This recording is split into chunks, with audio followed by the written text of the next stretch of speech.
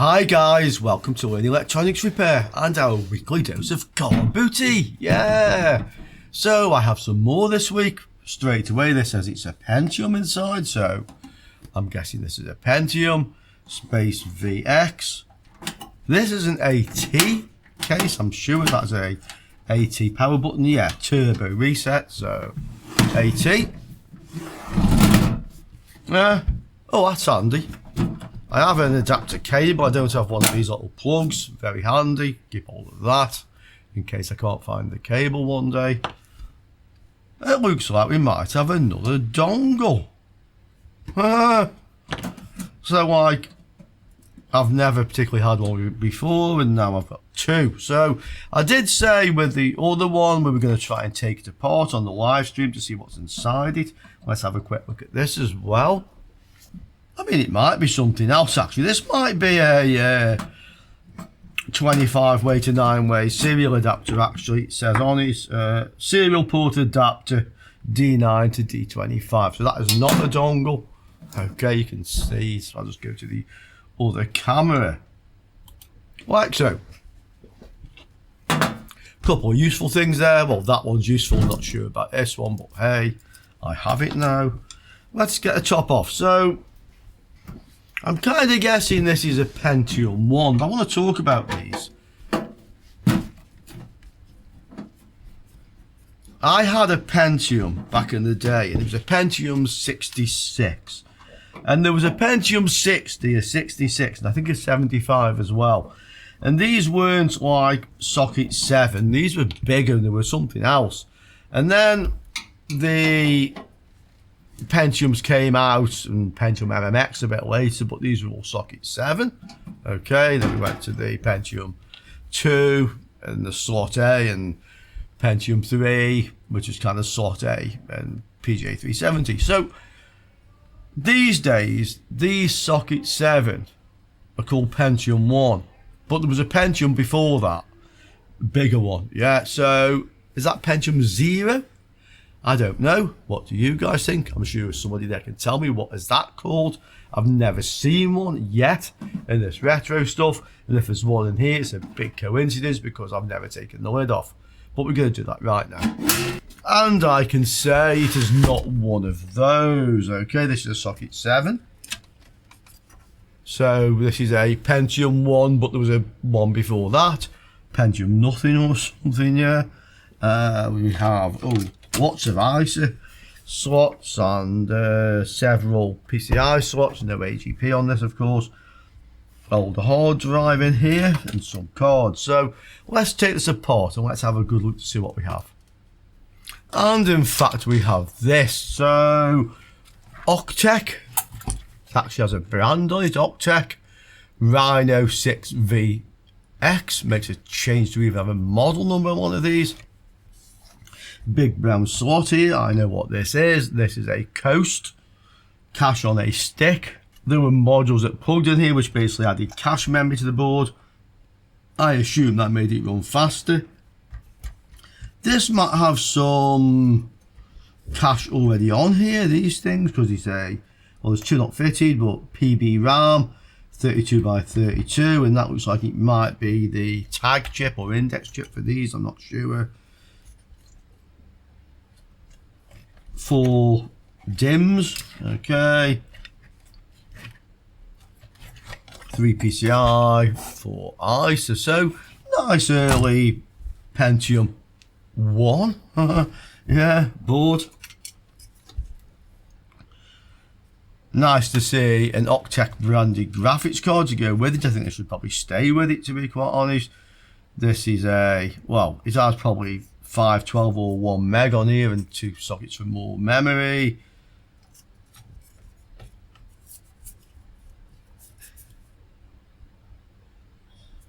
This says 97. The motherboard somewhere says 96 on it. I'm sure I've seen that somewhere.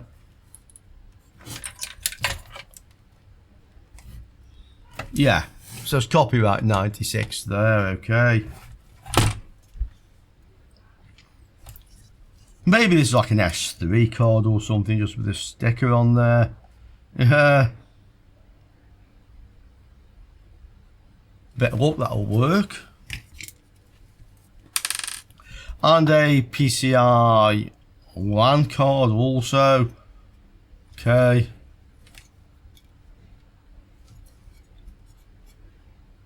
And that's what we have. Oh! And then this. So this is the Connor hard drive. This one. Try to see what the capacity is, if it's marked on here. Head sectors and cylinders.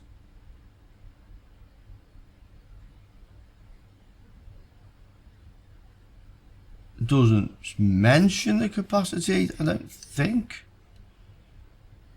Unusual to find these old Connor hard drives working. I found 2 recently. We'll try it and see what it does. Does it have a model number? Unless this is something. Okay. Yeah, that looks like a model number. CFS1275A. Maybe a 1.2 gig. I mean, yeah, possibly for the age of this machine. Okay. And that's what we have. So, I think we may as well just test this and see if it actually works. We're ready to go. Let's see. Booting. Yep, it's passed the RAM test. 0D. Seems to have stopped on that. Just give it a few seconds. The blue light's on the monitor, so the graphics card is saying it's a signal, but there's no picture.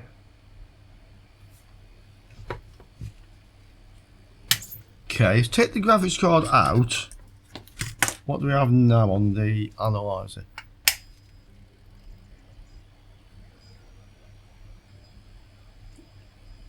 Continues to boot. Yeah, it's going further. Okay, put the graphics card back in again. I'll just reseat it a couple of times. Okay, try that. Now what?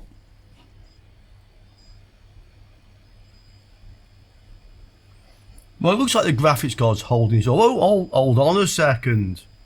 We have a picture. Pentium 166, it's telling me. 24 meg of RAM. Obviously, there's no hard drive attached at the moment.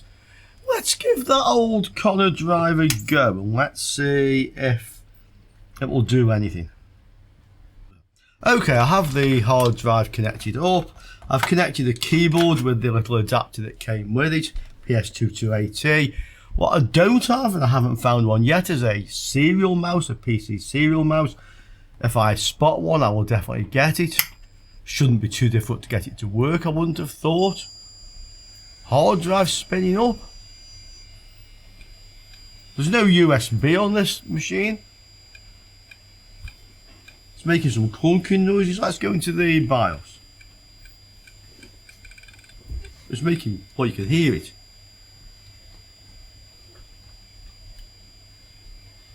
So, we'll load the setup defaults. Yes. Okay. Let's try the IDE auto detection. It sees the hard drive. Yes. There's no other hard drives on here. Okay. Right.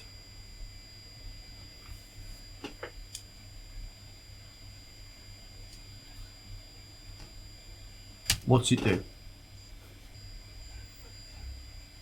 Well, it boots.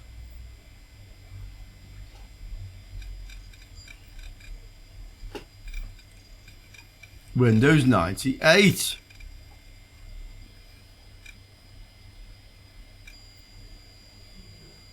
Okay. Error of the data on drive C.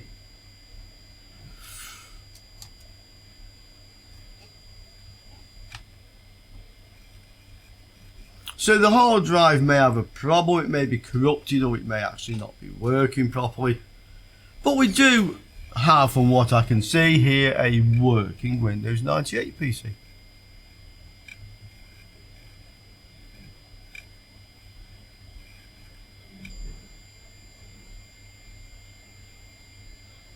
try the A. Mode of page, select 8050.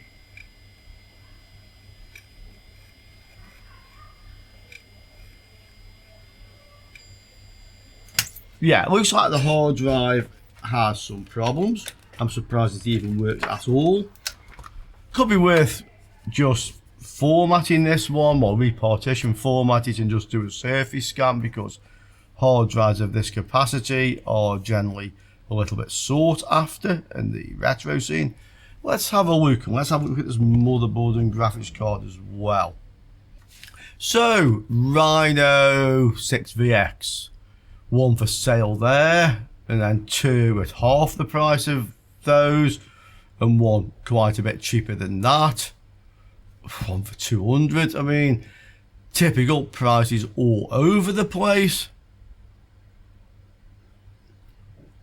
Let's see if the advanced is going to help us with the value of these. Well, it doesn't look like anybody's actually bought any, so retro hardware that nobody's bought one, you can't really say in that case what it's worth. I'll just take the Octec off and just go with the Rhino, see if that comes up with anything. No, so we can't really say that this has any particular value, but I'm sure it does have. Nah, just the same old things, okay.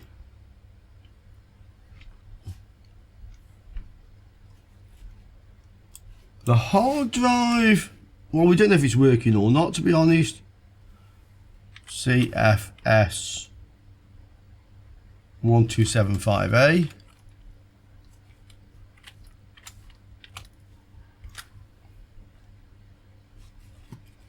If it was working, well, £25, those are sold.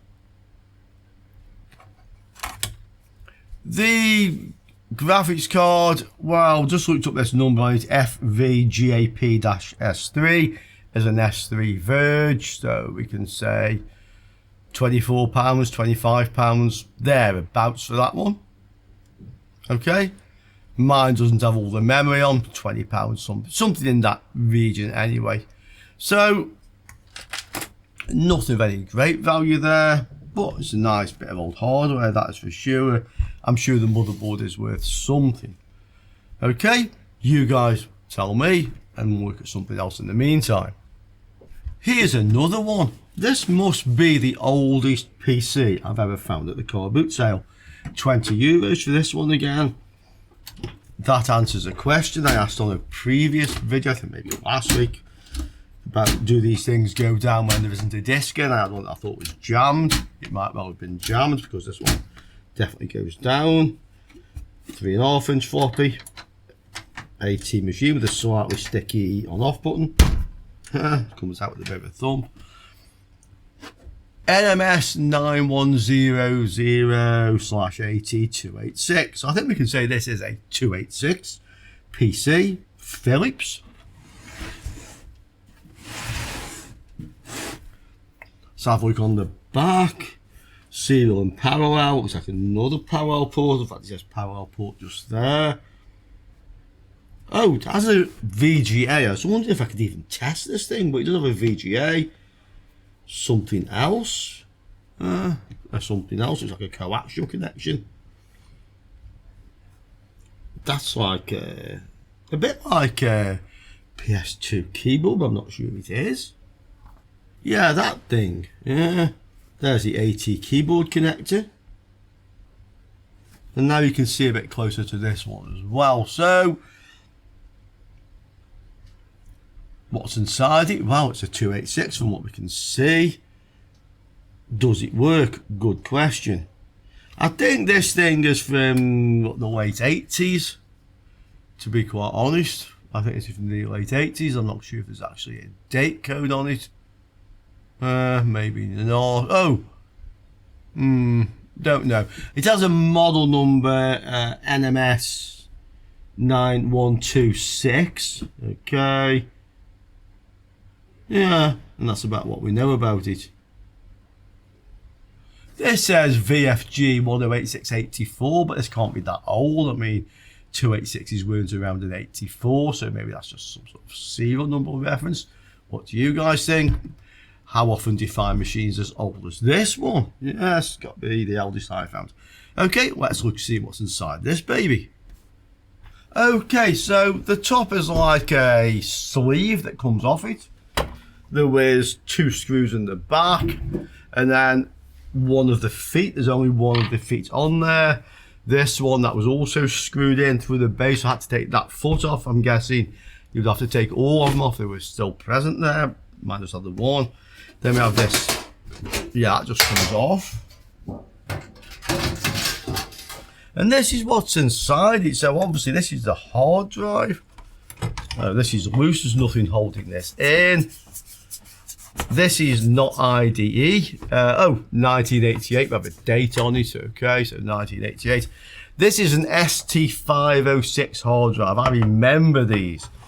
I had one on my Commodore Amiga with a special interface that then used a PC SD506 adapter. So for a PC that fitted onto the adapter that then fitted onto the side of the Amiga 500. Yeah.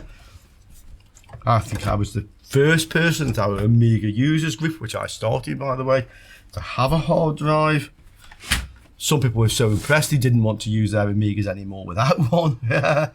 So that's the hard drive. This is the SD506 controller card, this great big thing.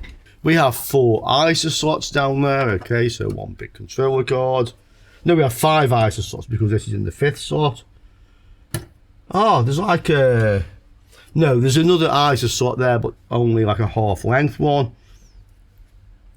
This one's the graphics card, a bit loose, but we can take this out. Let's have a look to see what we have in the way of graphics on this. Our GPU, yeah. What's the GPU? Let's see. It's like another one of these half-size cards. Yeah, so it only fits into the first part of the ISA slot. Very dusty. Video 7. Okay. So there's the graphics card. I'll just clean some of the dust off that.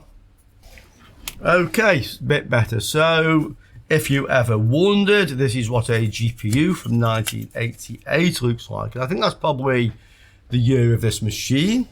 88. So we have a PC here, which is 36 years old, basically. Definitely the oldest one I've found so far. In fact, they can't come much older than this, apart from like the original AT machine, the 86, because there wasn't a 186, and this is a 286. So they can't come much older than this, I wouldn't have thought. Right, so whereas I would normally dismantle the whole thing to see what I have and try to power it up on the bench with a known good power supply, in this case I'm not going to do that. I'm going to try and power the whole thing up using my light bulb current limiter first to make sure it doesn't explode. And if it doesn't go bang, we'll see if this actually runs. Okay, sounds like a plan, yeah? What do you think? Because I'm going to do it anyway, yeah? So tell me now, was it a good or bad idea? Of course, you will have the benefit of hindsight, I don't have, but I'm going to try it. Just looking at this, it does appear to have a standard AT power connector down here. Okay, with all the black wires to the middle. So it looks like I probably could just use a known good AT power supply if this thing doesn't fire up. You can see the light bulb. I get my finger over there in the inset so you can see that. So I've switched this power switch on the front of the machine. Let's see what it actually does. So we'll just watch that light bulb. Well, it ain't going to go bang. That's the first thing. Yeah, I'm not sure it actually did anything, but it ain't going to go bang. So let's go again. No, it doesn't start. Okay, it doesn't actually start up. So I think at least we're going to have to take this power supply out and get a known good AT power supply on this and see if that does anything with it. Okay. Okay, I've got the power supply out. We can see the motherboard much better now, and also the hard drive. So this is the hard drive with the as shipped defect criteria. So these came faulty. Basically, it tells you which sector or byte offset from index on which head in which cylinder is faulty. Yeah, so these actually came faulty. Yeah, how about that? We can see the motherboard much better now. And this is where the assumedly AT power supply plugged on. It has this connector, so it looks sort of like an AT power supply.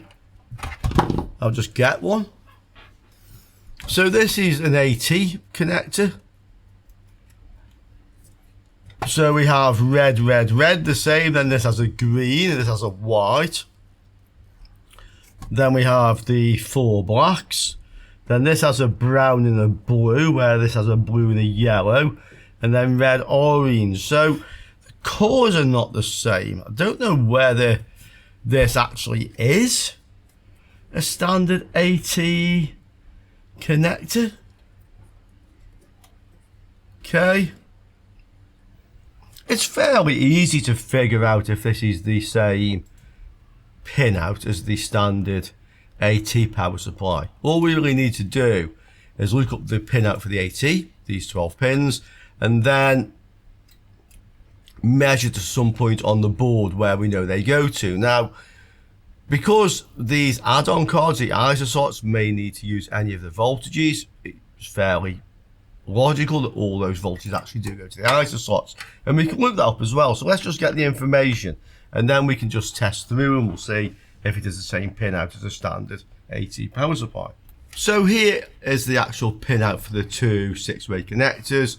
So we have 3 5-volt connections, plus we have a -5 and then 2 ground, and then 2 ground, minus and plus 12, plus 5. And this last one is a power good, which I believe, from what I've read, also connects to plus 5. So we can check those out. Now we just need to have a look at the ISO connector, which is here. So this is the long section, this is the short section. So they need the top and actual fact the 4 voltages on 3 and 5 and on 7 and 9. So that is the plus and -5 and the plus and -12. And that's all we really need. I mean, we can test ground as well on pin 1. So let's have a quick look. Okay, so these 3 should be all connected together, plus 5.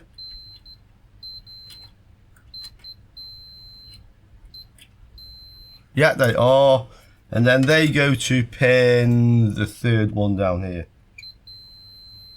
Okay, the top one is ground, which should go to the end here, here, here, here, so that's okay.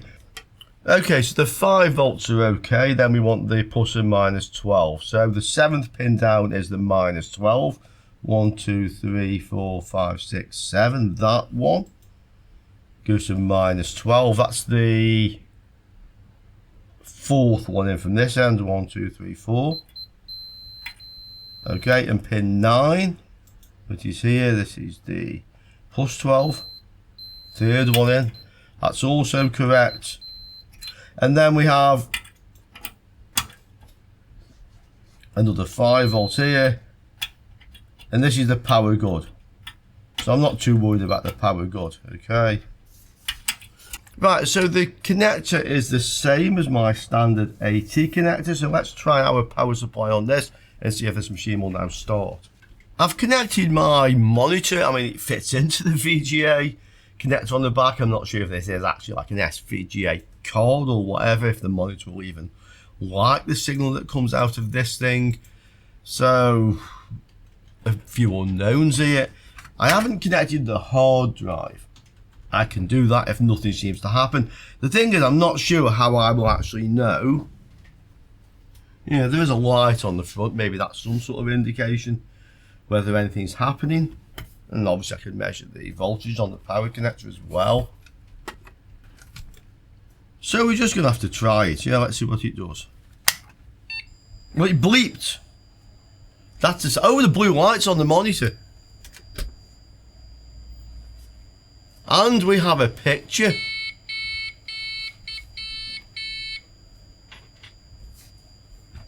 Keyboard area. So this boots up. It boots up. I'll plug a keyboard into it and we may as well stick the hard drive on and see if that spins or what happens. Yeah, I'd be a bit surprised if this works, but I'm quite surprised the thing actually booted up. Right, I've attached the keyboard, I've reattached the hard drive. Oh, I need power to the hard drive, that will help. So we'll connect that as well. Okay, what's it do now? But it still bleeps. I don't hear any sound from the hard drive. Oh, something is happening. CMOS battery, run setup, F1, operating system not found. So we have two issues what I see from this machine. One is that the hard drive doesn't seem to spin up at all. And the other one, the original power supply appears to be dead. We can get around either. I think it's well worth having a look at that power supply. Let's see why it doesn't power up. Let's see how different it is from like a more modern AT power supply, if we can call AT even modern. Yeah, so we'll do a separate video now. We'll do a bit of work on this 286 if you guys are interested. Let's see if we can fix the power supply and let's see if we can get this hard drive to spin. I'm sure if we can't, we can probably attach something else to this. I'm thinking like, well, actually not sure what I'm thinking because this is ST506, yeah. I don't have any ISA, or do I have ISA? You know, I may have an ISA multi-IO card that may or may not work in this, which would allow me to use an IDE drive. I guess there's going to be some limitations on size, but hey, I think we'll discover a bit of stuff here. So get into the comments below about that. And just to end this video, let's see if we think this is actually worth anything. Well guys, eBay shows up nothing for this machine, okay? There's just nothing at all. And in fact, even searching for this machine doesn't find much information. Okay, there's just nothing there. Just in the Google search. Well, I find a picture of one there, but that's the same model, but an 8088. Mine's a 286. Somebody's got a little stack of them there. Okay. Doesn't recognise the hard drive. So, I honestly don't know if this thing is worth anything. I mean, it's either just extremely rare and there's just none for sale, but I don't find any historic results, or there isn't any great interest in retro computers that are this old.